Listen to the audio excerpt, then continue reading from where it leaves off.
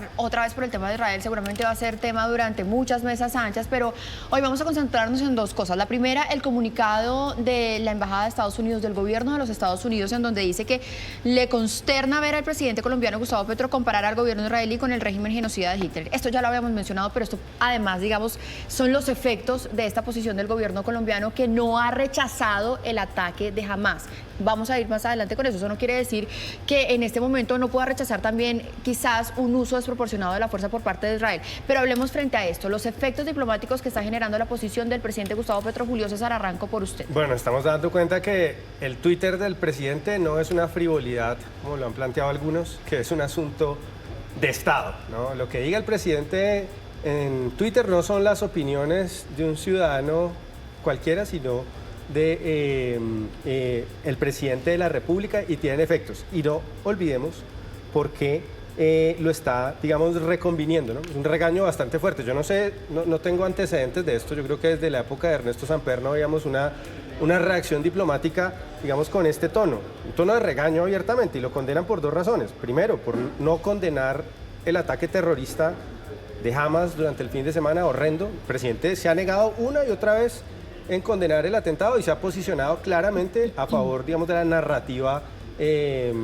pro Hamas. Sí. Eso parece claro. Y miren que no es al único que han regañado. A Biden ayer lo tuvieron que regañar y la Casa Blanca tuvo que salir a desmentir lo que Biden dijo, que había visto imágenes de los cuerpos de los niños.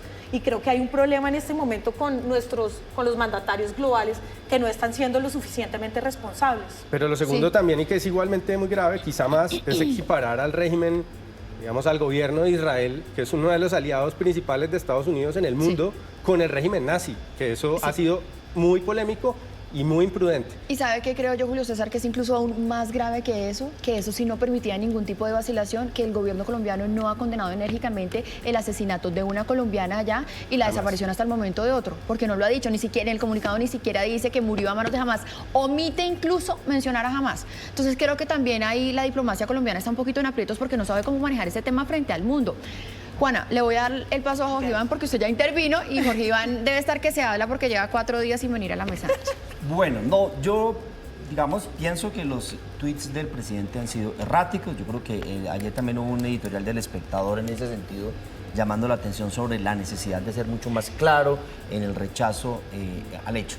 Pero me preocupa que nosotros en Colombia le demos importancia a eso y no al hecho en sí. O sea, parroquialismo de las relaciones es que somos muy parroquiales y muy provinciales en los análisis. Pero es que, perdón, Jorge Iván, es que el presidente representa al país en política internacional. Yo creo que entonces todo el mundo piensa que ese es el pueblo colombiano. El foco debería ser qué va a pasar en el orden global actual. O sea, yo quisiera preguntarle, bueno, ¿hasta dónde puede ir la reacción de Israel? ¿Cuál va a ser la respuesta, por ejemplo, de la Unión Europea, que ya ha llamado la atención? ¿Cuáles van a ser los escenarios de geopolítica internacional que se abren ahí? Porque yo me pregunto por los televidentes que estamos aquí conversando y dicen, bueno, Hamas ataque a Israel y nosotros hablando de lo que dijo el presidente Petro. O sea, eso me parece como, qué pena decirlo, como tan provinciano que nosotros siempre estemos mirando el foco de lo que nos pasa a nosotros en vez de abrir la mirada. Entonces, claro, hay que rechazar, hay que empezarnos a preguntar hasta dónde puede ir la legítima defensa de Israel, que no puede transformarse en una venganza y en un castigo, digamos, a Palestina.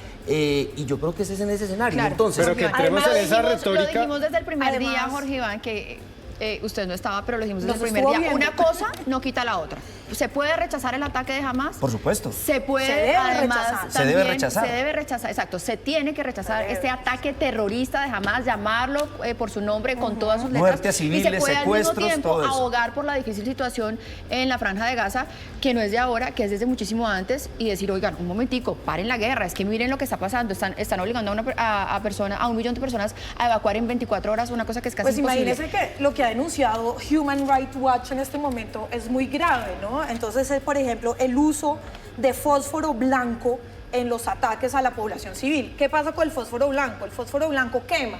Usted respira el fósforo blanco, le quema los pulmones y se muere asfixiado. Entonces hay miles de personas que están viviendo esto. Un arma que está prohibida desde los años 80. Entonces además están usando armas que ni siquiera entran dentro de las convenciones internacionales. La Cruz Roja Internacional también ha denunciado que han matado y han sido blanco los médicos, las enfermeras y los paramédicos que están en Gaza tratando de ayudar a los civiles. Entonces es una guerra devastadora por donde uno la vea y además con un uso indiscriminado de armas que además están prohibidas. Se me acabó el tiempo, solo tengo un minuto para nuestro siguiente tema, es decir, 20 segundos para cada uno, y es la decisión de la Corte Constitucional antes de ayer frente al tema de Uber, que está diciendo un poco, miren, no se le puede negar ni se le puede cerrar el paso a la llegada de la tecnología.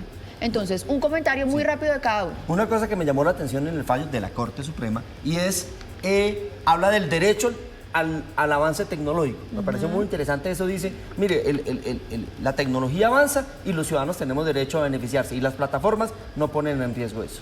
De acuerdo, pero se deben regularizar. Claro, Yo porque aplaudo tenemos que estar en una equidad también de condiciones con los taxistas. Que la Corte reconozca que las demonizadas multinacionales y la inversión privada mejoran la vida de las personas, como en el caso de las plataformas tecnológicas. Miren, vamos a arrancar, por supuesto, por el que se nos convirtió en el tema del día, y es la renuncia de Carlos Caicedo en Magdalena. Llega después de que Daniel Quintero también renunciara. Como que, ¿qué? Esto se volvió una moda, porque es que renuncian para ir a hacer política, para ir a hacer campaña, y de alguna forma, es mi análisis personal, un poco aferrarse al poder, o sea, garantizar que sus candidatos vuelvan y queden en las alcaldías o en las gobernaciones. Voy a arrancar acá por Juana. Lo mejor es que eso no les garantiza nada. Si hubieran renunciado hace un año, hace 6 meses, podrían llegar a hacer algo de campaña.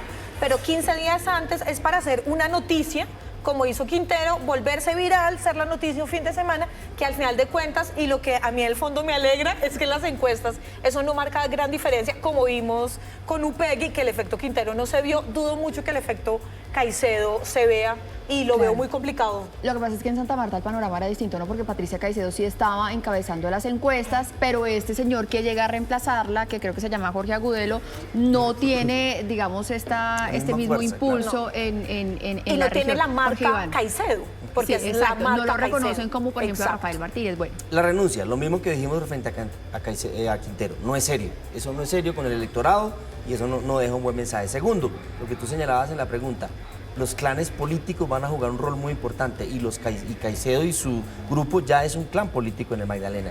Eso no me parece que está bien y estoy de acuerdo con Juana. Eso no va a tener ningún impacto como lo vimos en Medellín con el tema de Quintero.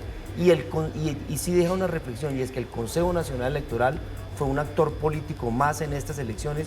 Tenemos que sentarnos a pensar en un mejor diseño institucional de ese organismo. claro, quedan muchas dudas del Consejo Nacional Electoral por su composición, pero también hay que sentarse a pensar que decidió en este caso en derecho, ¿no? Julio César.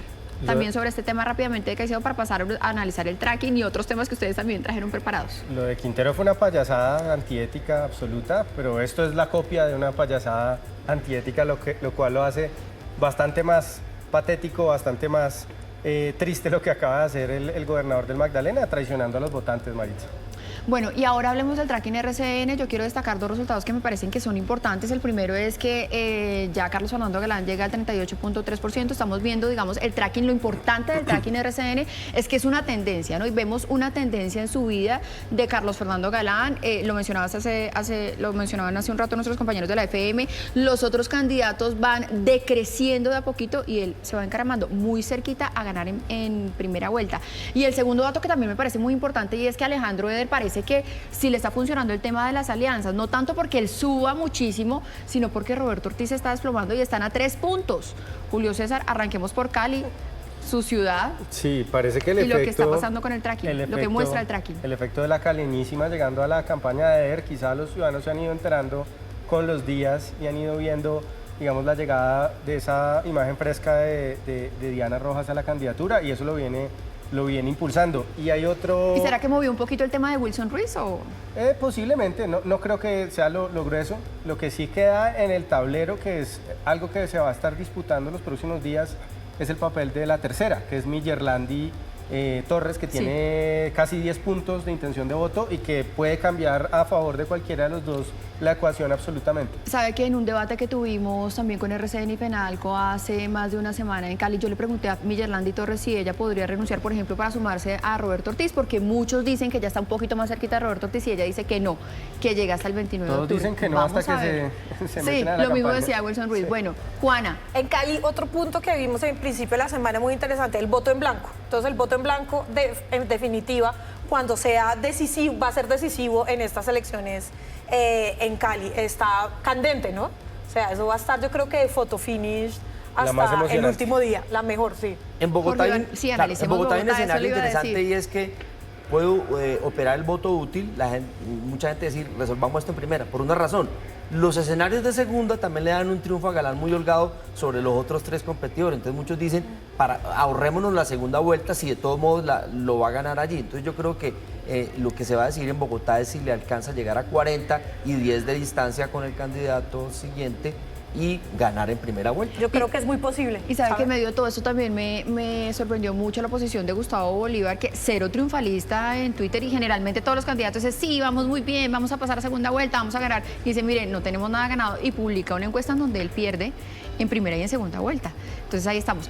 Vamos a analizar ahora muy rápidamente el tema de regiones. Juan, usted tenía preparado algo que estaba pasando en Córdoba. Sí, la gobernación de Córdoba, ¿no? Es muy interesante porque además llegó Daniel Quintero a hacerle campaña al candidato Daniel Calle. Quintero, que renunció a la alcaldía, lo mismo de Exacto, Caicedo, a ¿no? Calle, Nuestro que es además antecedente. el hermano del presidente de la Cámara de Representantes, que está siendo apoyado por el partido Quintero, por gran parte del pacto histórico, y el otro candidato es el hijo de Zulema Hattin. Entonces, todo parece indicar que en Córdoba están las casas políticas divididas en dos y que ya todo está definido entre esas dos candidaturas, pero que todos tienen sus huevitos repartidos entre esos dos candidatos, cosa que dicen que el panorama en Córdoba no va a cambiar y que va a seguir siendo la misma política tradicional. Y hay varios hechos políticos esta semana. Voy a repetir aquí con Julio César porque hay uno que está pasando ya no en Cali, sino en Valle. El primero, Dilian Francisca Toro pidió medidas cautelares a la Comisión Interamericana de Derechos Humanos porque dice que ha sido víctima de violencia de género. Rechaza, por supuesto, las declaraciones del presidente Gustavo Petro frente al CNE y contra ella misma, pero además Tulio Gómez, a quien le revocó la candidatura al CNE, ya interpuso una acción de tutela y sigue en la pelea. Sí, es muy grave que a última hora la opción, que los ciudadanos no puedan elegir entre la opción a Dilian Francisca Toro. Es este tipo de decisiones que uno no entiende de última hora. Los ciudadanos deberían tener la posibilidad de elegir entre dos candidatos, pero nos vamos a quedar prácticamente con una sola candidata a la gobernación. Los otros candidatos marcan muy poquito. Y también, Jorge Iván, sobre esto mismo, a última hora estamos viendo al Consejo Nacional Electoral revocando candidaturas, que es un poco también esa indecisión en la que queda la gente, porque también revocó hace poquito, confirmó la decisión de Mauricio Jaramillo en Tolima. Claro, ¿qué necesita un elector en estos tiempos? Candidaturas claras e ideas. Y entonces las candidaturas van, vienen, revocan, medidas cautelares, acciones de tutela. Y lo que señalábamos, las ideas se quedan también, digamos, en un segundo plano, porque entonces lo que aparece es la política como espectáculo, los shows, la violencia política. Entonces el ciudadano en esta época dice, oiga, elegir alcalde, elegir gobernador es muy importante porque es lo que tiene directa relación con mi calidad de vida. Y resulta que los debates son como de otra naturaleza. Y el tema es que si hay una inviabilidad, que la haya, pero que no se esté decidiendo 15 días antes, porque eso lo que genera es una incertidumbre sobre los ciudadanos. Se nos acabó el tiempo, pero guardamos esos segunditos para el recomendado del viernes, Jorge Iván. Torneo Internacional del Joropo en Villavicencio. Ay, maravilloso, con todos nuestros amigos en Villavicencio. Yo en este Bueno. mes de Halloween les propongo los recorridos por el Cementerio Central y por el Hospital San Juan de Dios. Bueno, Poco un gótico. plan extremo, un plan extremo. Yo en Cali, en la sede Meléndez y San Fernando de Univalle, la Carpa de Melquiades, que es una exposición de ciencia interactiva. Y bueno, miren, para quienes puedan hacerlo, ir al desierto de la Tatacoa este fin de semana, que es uno de los mejores lugares en el mundo en donde se va a poder ver el eclipse anular este fin de semana. Muchísimas gracias, señores. Feliz puente festivo. Gracias. Nos vemos la próxima semana.